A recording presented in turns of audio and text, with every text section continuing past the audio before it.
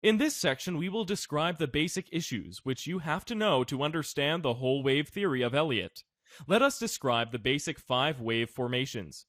Elliott based his theory on the quote that the social collective movements undergo the certain trends and change based on the recognizable patterns. At the beginning of this lesson, I will show you the basic formation which understanding is a must element to understand the next part of this course.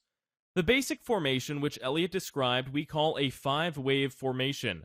Elliott wrote that the market's movement creates a form of 5 waves of the specific structure. 3 out of these waves we mark with numbers 1, 3, and 5. As you can see, waves 1, 3, and 5 determine the main direction of the trend. Waves that we have marked divide 2 waves marked with numbers 2 and 4 that are inconsistent with the main direction.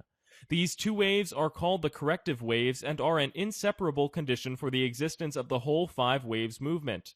Elliott claimed that there is only one dominant wave scheme, and this is a 5-wave formation we have just mentioned. Since the scheme of the 5 waves is the dominant form of the market movement and other formations are subordinate to it, we can at any time seamlessly determine the location of the price. 2 solutions of forming the waves in the 5-wave structure.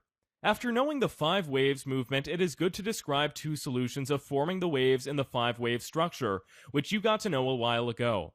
So based on previously known 5-wave formation, we can talk about impulse waves, corrective waves.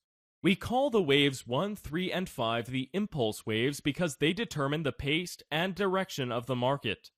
We call the waves 2 and 4 the corrective waves because they can only be partial lifting of the preceding impulse wave. Impulse waves poses the structure of the basic formation, so this is a 5-wave structure, whereas corrective waves have different structures, mostly a lot harder to recognize.